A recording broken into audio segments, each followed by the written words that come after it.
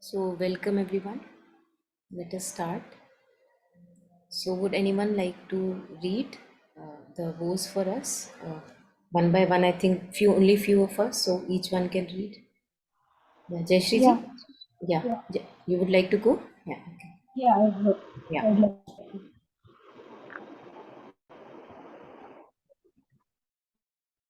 May I be a guard for those who need protection, a guide for those on the path, a boat, a raft, a bridge for those who wish to cross the flood.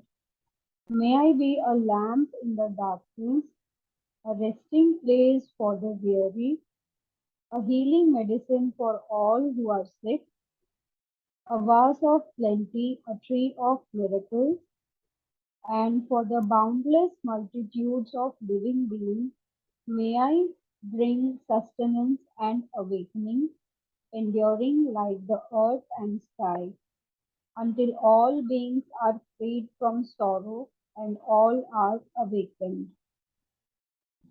Thank you. Yeah, Shweta. Yeah, Yes. I'll read. May I be a guard for those who need protection, a guide for those on the path, a boat, a raft, a bridge for those who wish to cross the flood. May I be a lamp in the darkness, a resting place for the weary, a healing medicine for all who are sick, a vase of plenty, a tree of miracles, and for the boundless multitudes of living beings, may I bring sustenance and awakening, enduring like the earth and sky, until all beings are freed from sorrow and all are awakened. Yeah, thank you. Taru, would you like to? May I be a guard for those who need protection, a guide for those on the path, a boat, a raft, a bridge for those who wish to cross the flood. May I be a lamp in the darkness, a resting place for the weary, a healing medicine for all those who are sick, a vase of plenty, a tree of miracles, and for the boundless multitudes of living beings, may I bring sustenance and awakening, enduring like the sky and the earth, until all beings are freed from sorrow and all are awakened. Thank you. Yeah, thank you.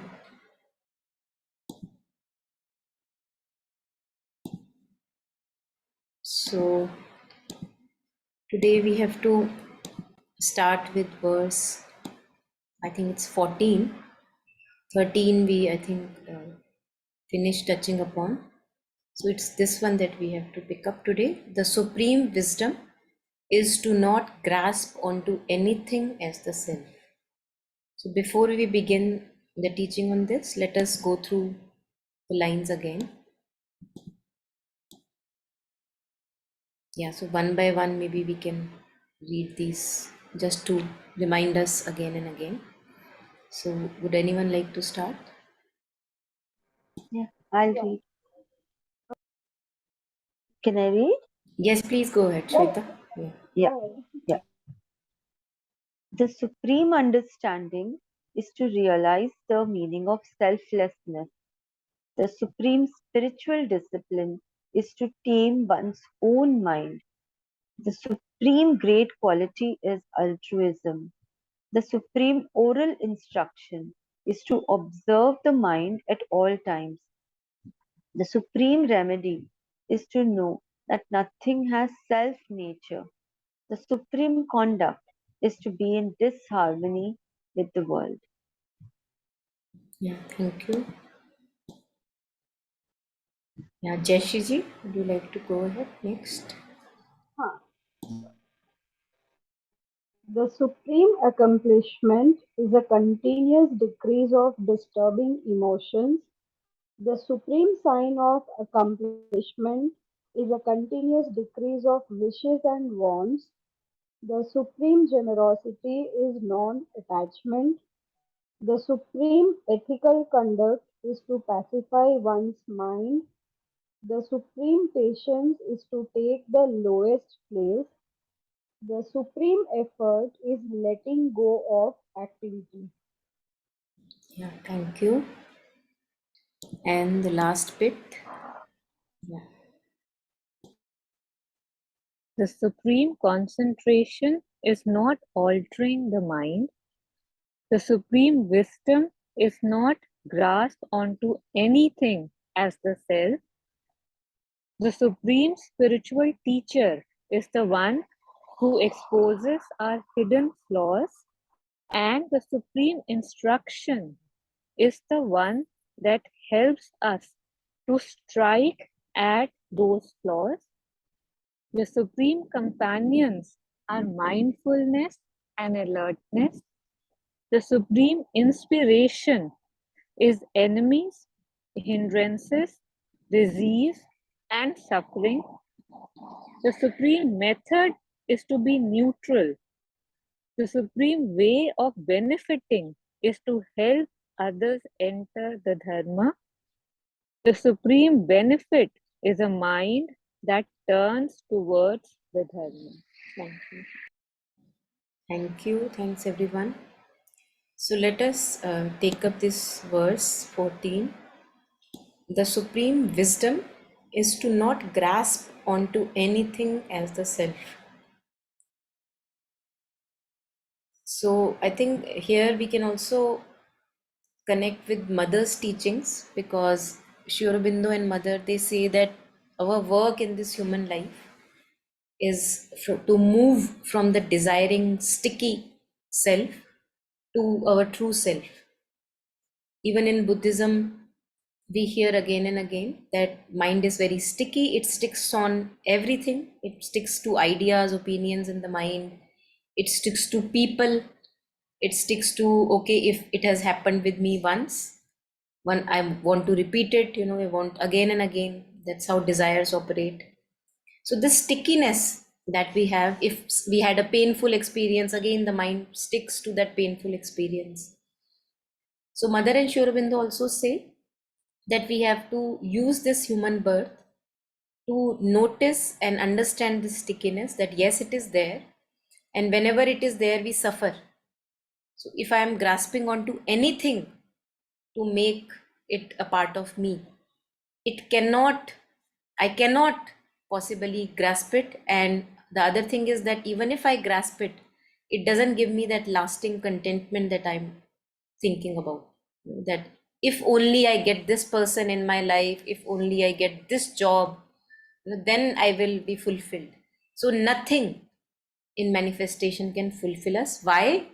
Because we are fulfilled when we realize who we truly are. And the sense of lack that we have is a falsehood. So that's what has to be recognized, and we have to work. It's a long journey, all of us know that. But whenever we become conscious that, okay, I'm again grasping onto something, something in me again wants to pounce at some outer, some glitter that I see out there, immediately one should recognize it. And also within, when we are sticking to our opinions and ideas that this is myself, this is what my belief is, and we cling to those ideas very, very strongly, so nothing can be a part of our self in this way, in this grasping way. On the other hand, we see that we all are interconnected, and anyway there is a oneness. So, and what pounces at the other thing in order to make me complete? This sense of lack that we carry. All of us carry this sense of lack, that I am not enough. And no matter how much I indulge myself in something which I find pleasurable, still, whenever I leave that object or person or whatever, again one is feeling that incompletion. So that has to be realized, that yes, there is this falsehood that is prevailing, and that's not my true self.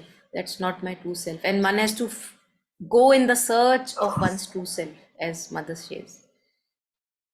So we will, I just wanted to share this because I thought this is very much in accordance with this verse.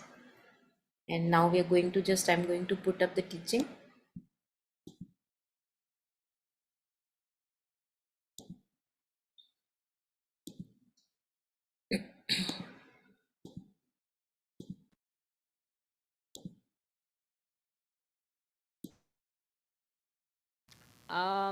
The supreme wisdom, the highest wisdom, is not to grasp onto anything as a self. So basically, we grasp onto everything as a self. The ego tends to reach out to everything and think, this is me, this is mine. And that is basically our primordial ignorance. We mistake completely who we really are. And because of this, we are immersed in samsara. The antidote is wisdom. Wisdom means knowing very well, understanding from direct experience. It's not something we can read about things and think about things, which is important. We should study and we should think about what we have studied. Do we understand it really? Does this make sense for us? But then we have to integrate it. We have to become it. It's not enough that it stays up in the head as a brain activity. It has to come down into the center of our being so that then we transform. As long as it stays up in the head, it doesn't change anything. You know, yes, we know patience is good. Yes, we know we should be forbearing. Yes, we know that we should be grateful to other people who irritate us because they're helping us to learn patience. But then somebody upsets us and oh, but wait a minute, I spent a week developing patience. So that's because our understanding is up here. We know all the answers up here, but it hasn't percolated down to become who we are and transform us within. And it's only when it comes down and becomes our true nature that we can say that we have genuinely transformed. So this takes time, but it's very important. Without that, it's not something which is going to really alter us at a very deep level. This is why many people, they for example, they come to here, they do yoga courses, or they do meditation courses, and they gain so much from it, so much inspiration, so much enthusiasm, and then they go home, and if they're not very careful, the whole thing kind of dissipates again. And they think, where did that go? I was sure that that was forever. And it's because it takes time for wisdom to really, really arise in our continuum. That, you know, just to know it's something intellectually is not the same as becoming it. So therefore the highest wisdom is not to grasp on anything as a self, especially not, you know, first of all, our false identification with our conceptual thinking mind and with all our egoic preoccupations. Everything that we are doing in our mind, thinking, is the ego. It's not the wisdom mind. But we need the ego to help us to discover, uncover our true nature. Then we can use the ego or not as we want to, but we're not fooled by it. At the moment we think it's who we really are. This is our problem. Once we recognize, no, it's just the ego, then, well, the ego can also be useful, but it's not, we don't identify anymore. It's something we can use. That's enough. It's not me, it's not mine. We don't mistake it for ourselves. And likewise, our possessions, people we love, our family, our partners, our children, and so forth. All of this, they are not me, they are not mine.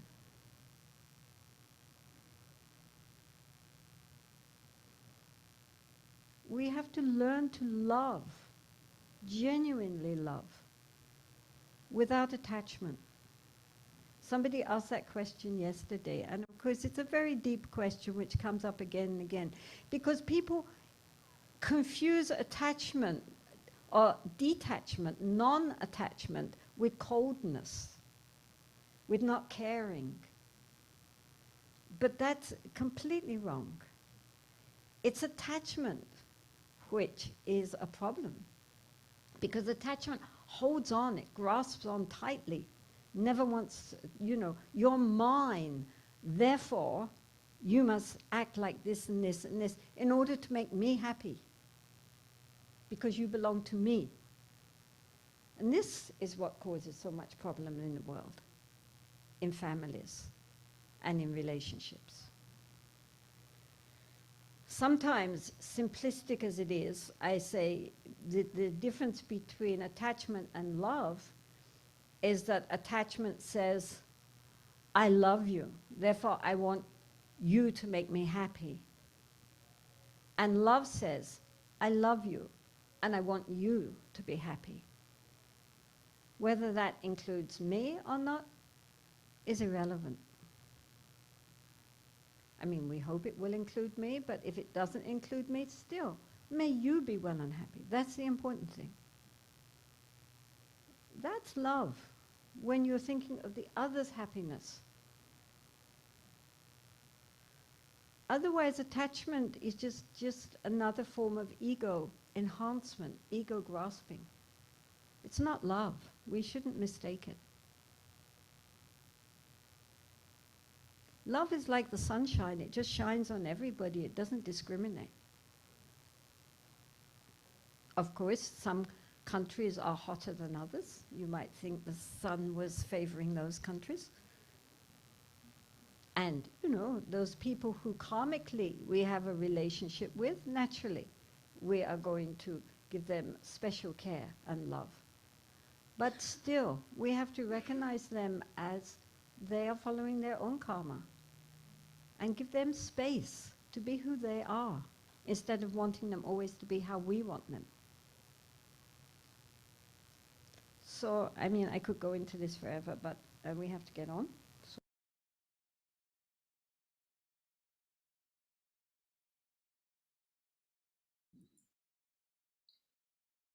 Yeah, so any reflections, anyone? It was this one that we were listening to. The supreme wisdom is to not grasp onto anything as the self.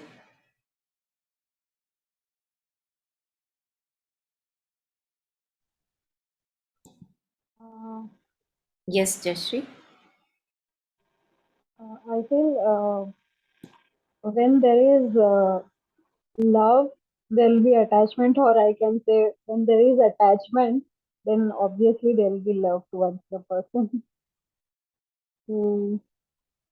I mean, both selflessly, but just loving somebody, I think that is very difficult without being attached. Yeah, absolutely. No, and I think that's completely okay. That's where we start. That's where we start, that love is mixed with attachment. And rather than offering other person that may you be happy wherever you are, even when, as she was sharing, whether it includes me or not, but our love is that it should include me. That's how we Mm. love. Just like you said, it's full of attachment, and if it is not attachment, we think that it is not love. But I think this is for us to maybe explore. And if we again refer back to the story of creation by the mother, when she shares that all these powers original divine luminous powers, they became their opposite. So love, for example, one can say, turned into attachment, this stickiness. So what you share is absolutely fine. That's where we start from. But parallelly, can't we see that an attached way of living, it gives us so much trouble also, है ना? Starting में तो वो काफी खुशी देता है, honeymoon period is very good, the starting phase of any relationship, that mushy mushy, and we want just two of us or a few of us together. But very soon, since we have expectations and demands from that relationship, this attachment that we were talking about, it turns into pain. So if the person does not agree to what I want from the person, we experience pain. And it goes on and on and on and on, this pleasure, pain, a bit of pleasure, then pain, a bit of pleasure, then pain. So do we want that kind of life? That's the question we have to ask us. If we still feel that this kind of life is okay for me, I'm fine living an attached life. Okay, good for us. As long as we can sustain, go ahead. But then very soon, many of us realize that if I keep on living in this attached and graspy and clingy way, wanting everything for myself and my expectations, my demands, this person is mine, that person is mine, then it's not a very nice state of being. So one needs to be careful that do I want such a miserable life for myself? And then we say, okay, let me purify my love. So Mother and Sri Aurobindo say that human love can be a very good platform to experience divine love, because we start with a mixture. It's like one drop of pure love and rest all the demands and expectations around that person, what I want from this relationship, like a beggar we want. So when we experience suffering in our love, and we see that this is not how I pictured my relationship to be, it is turning very sour and bitter, I don't want this to happen. I expected something else. I expected more love and harmony and beauty of companionship and all that, but that's not there. I see that I'm miserable. The other person is also, I'm making him miserable.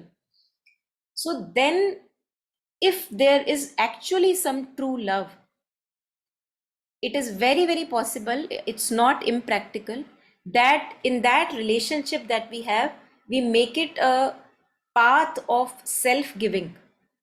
So you are there and you offer your presence to the other person in whatever way your presence and skills and time can benefit the other person. But you don't demand, because it's the demands that cause us suffering.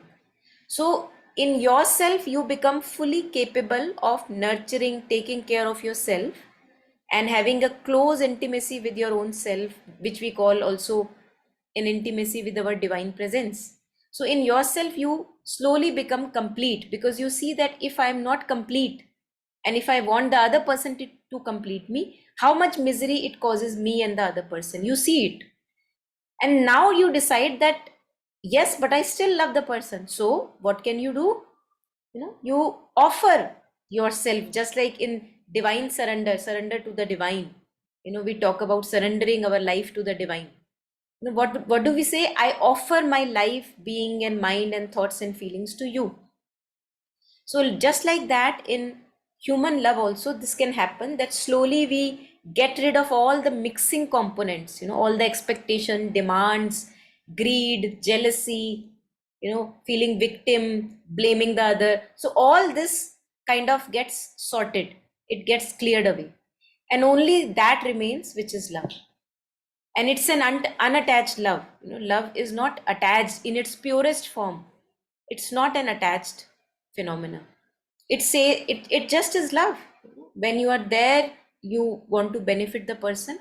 Even when you are not there, you have good thoughts about the person, good wishes about the person. But it's not that you want the person to be next to you, or to just remain always around you, because without the person you feel incomplete. So it's quite kind of also very selfish, that without you I feel incomplete, and hence I want you around me so that I feel a kind of a chehel pehel and fulfillment. But that's not love. Usually in Bollywood and other serials and all these, what we see all around, that's what is portrayed as love. So it has gotten into our heads and hearts, and many of us have really serious breakdowns after getting married, that we think that, oh my god, but I am not getting all that sentimentalism that I expected, what they show in movies, that this one person and then your life is set. That doesn't happen, because we have to find something within. If everything outside was very according to my wishes and my demands, who will care to turn within and find who we truly are? Nobody. So it is created, I believe, in such a way that no matter on whatever I grasp onto, whether it is a job or money, or people who have so much money, ask them how fulfilled they are. So even too much money can't fulfill. Too much power, too much recreation, entertainment of all sorts. Too many people around. There are people who just are always with people. Are they fulfilled? Have you ever asked? So there is this sense of lack which we live with. And in order to fulfill that sense of lack, we want to grasp onto and cling onto anything that seems to promise me that fulfillment. But when we have had enough sufferings and enough experiences कि कितना तो भागा, how much I have ran, इतना भाग भाग के देख लिया, इतना भागा, but क्या अभी तक कोई fulfillment है, lasting कोई fulfillment है? And you will see that it's not there. So कब तक भागना है उसके पीछे? So one has to turn within ultimately, and even in whatever interactions, as we were talking about, that yes, it is an attached form of love that we have, but we also see parallelly that in attached form of love, how much suffering we cause. Would you want to cause suffering to a person who you love? You won't. You wouldn't want to be sensitive to that person. You would want maybe that person remains happy, so you would sacrifice. So love, very important component in love is sacrifice. You are very happily sacrificing yourself. We hear freedom struggle, Bhagat Singh, Chandrasekhar Azad, all these amazing people, they sacrifice their life for the love of the country, for the freedom of their country. So love, if it's true pure love, it has the power that, okay, let me be sacrificed, let the benefit go to the either the nation or the person.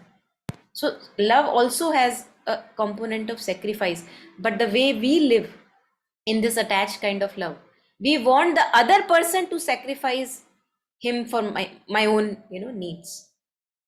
How far it is very nice. We have to question, can that be called love, when you are ready to torture the other person? Just questioning our ways of living, whatever they are at the present moment, it doesn't matter. But do I want to remain here forever, or do I want to transcend? It is possible for us to transcend and be completely self-content and yet be loving. It is possible. And only those people who are actually completely self-occupied, self-content, they have found the inner satisfaction. Actually, those people can't be insensitive to others, because it's the byproduct of nurturing yourself that you automatically are loving towards others. But it's an unattached love. It doesn't demand anything, because all the demands have been fulfilled inside. So all that it wants is to offer itself. No demands are there. So one has to make this journey, because that is why we are born. And if we are human beings and having a full human birth, we don't make this journey from the sticky self to the non-sticky self, then what's the point? Why did we come at all? That's why masters have said that make use of this precious human life. be one drop of poison less. Yeah.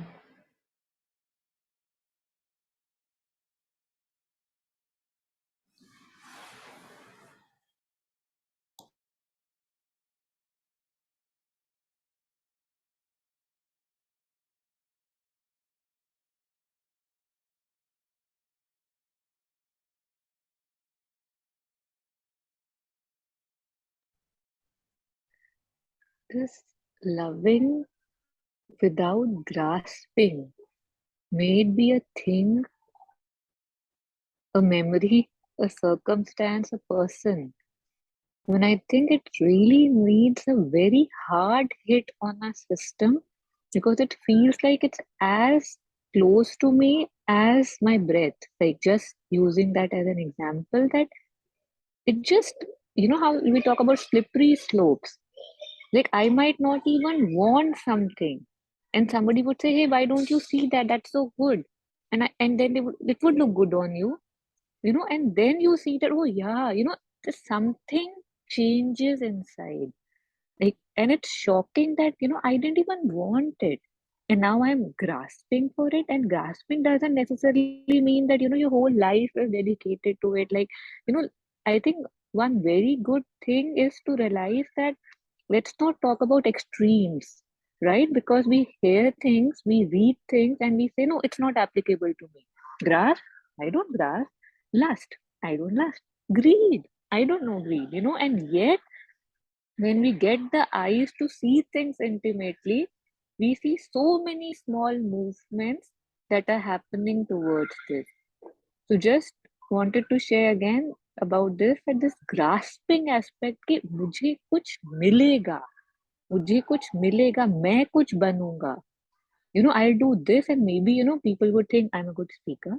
Maybe, it would see, you know, that very subtle inner, you know, inside movement is there, that this is it. There is this in it for me. There is this, and that is also grasping, right? Grasping for an image, for a name. Until, you know, this goes, like Sri Aurobindo says, you know, that for self purification, it has to be without being selfish, right? I don't know what the thing was. Without, what is, do you remember what the quote was? Are you That if talking about anything, disinterestedness? no, there's a quote from Sri Aurobindo that says that if you want anything to purify you, Mm-hmm. it has to lack self-interest. You know, as soon as I say even 1%, okay, you know, I'm doing 5,000 things, and this one thing I'll get from this, then that activity, no matter how pure outwardly, how generous it seems, it will not purify you because it has a, you know, like that grasping, that selfishness. And I see it everywhere. I see it everywhere. You know, it has to be offered. It has to be offered while I'm seeing it. It has to be offered.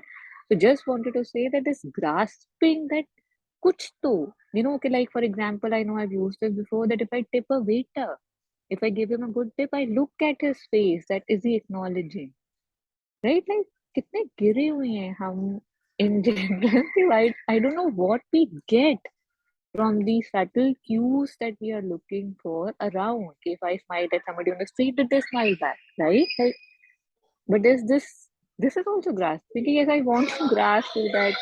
Yeah, so I Yeah, think absolutely. I'll Yeah, yeah. lot of noise. The children are coming, so I'll mute. You know what you just shared, that when the moment the focus goes on somebody outside of me, you know, some person, that just like you shared the example of waiter, you know, कि अब वो क्या सोच रहा होगा या whatever.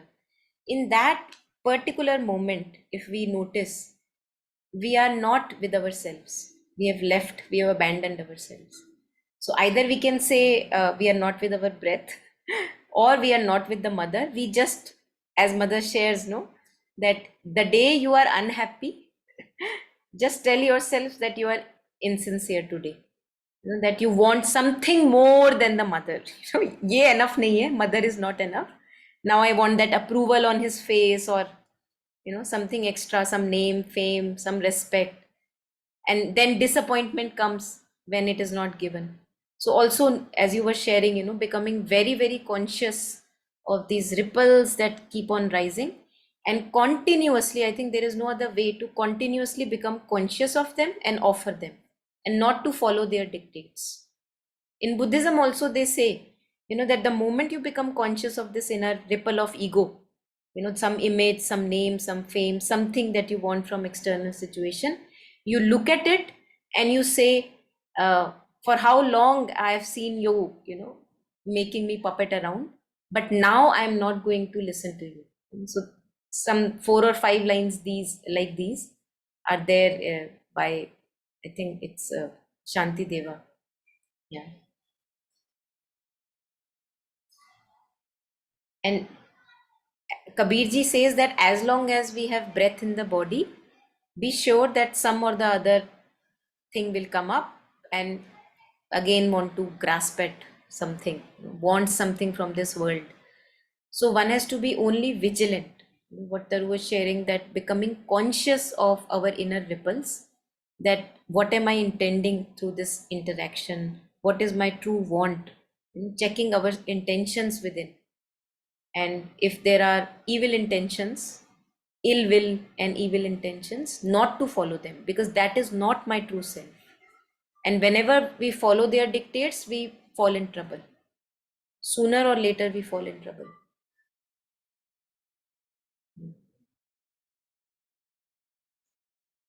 Yeah, anything? Anyone? At the grasping self?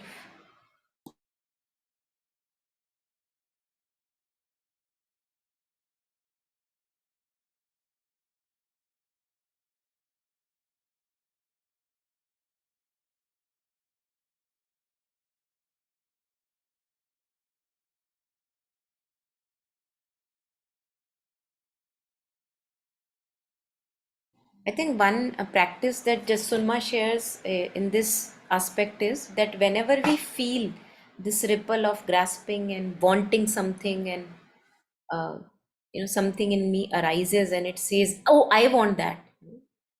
So she says that the antidote to that is to offer it to somebody else. So, for example, you got a beautiful, I don't know,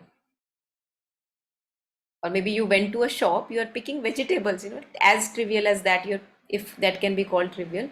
You're picking up vegetables, and there are more people around you, they're also picking up vegetables, but you see that whenever you see good vegetables, you want to just put them all in your bag. That, let my bag be full. And you, although you could have maybe taken more, but you say, okay, let me leave some for these people around who are also taking, because the ones that I'm picking out are so beautiful, they are so whatever, ripe or good. So let me leave some for the others.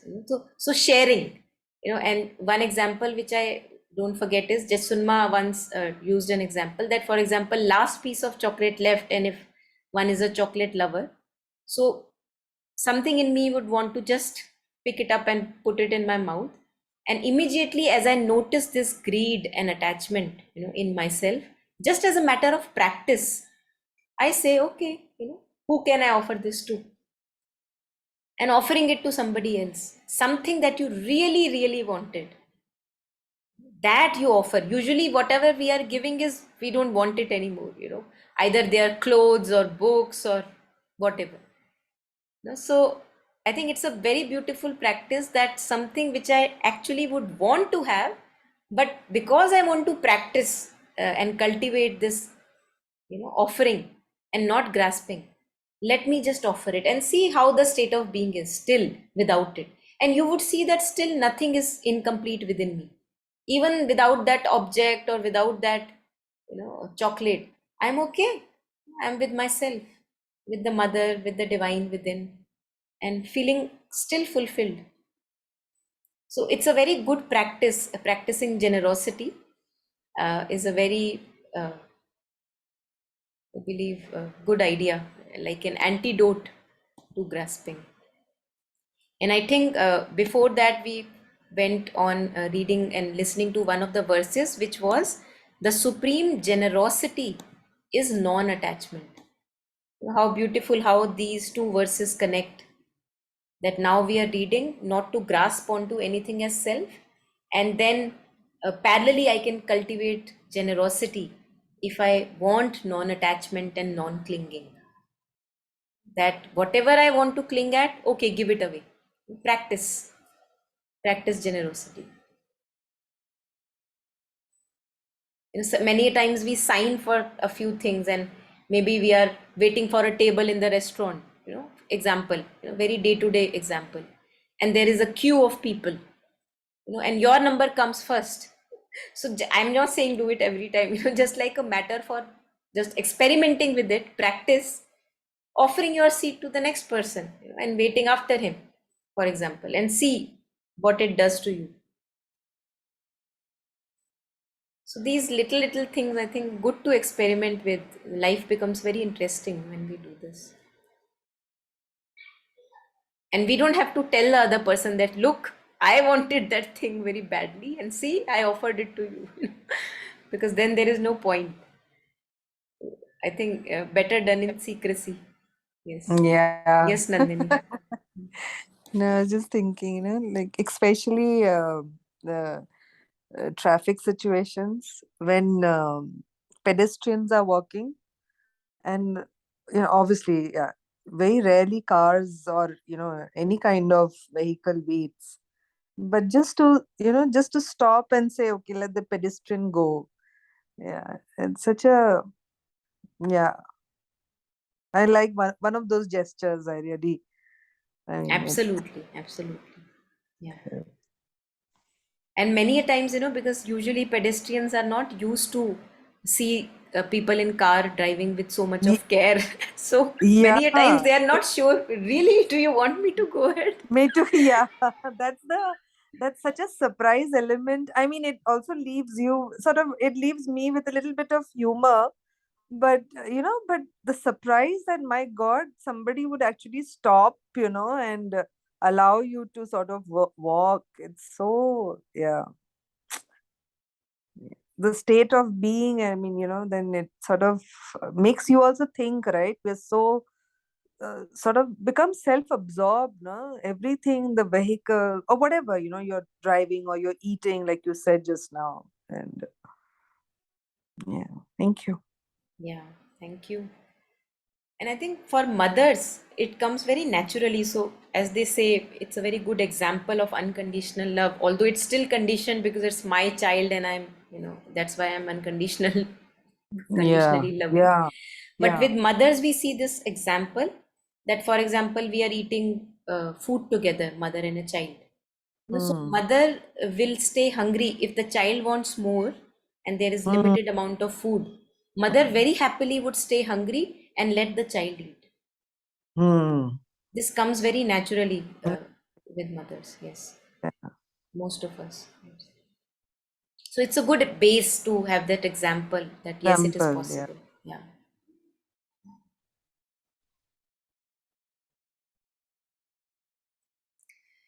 Okay, so I thought we won't take up the next verses because the next two verses are joined together. Let me show it to you. The supreme teacher is the one who exposes our hidden flaws, and the supreme instruction is the one that helps us to strike at those flaws. So these two we are going to take up the next time because I think it's good to just reflect over one and try to live it rather than just go over five and have it in the head, just not doing any change. Yeah, so any last comments before we end?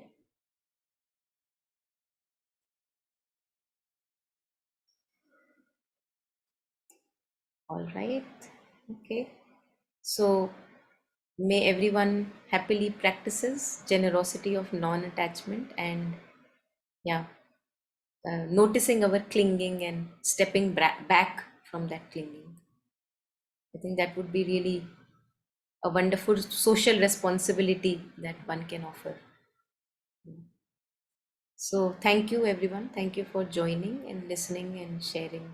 Thank you. Thank you, Monica. Bye-bye. Thank you. Thank you. Thank you, Monica. Thank you.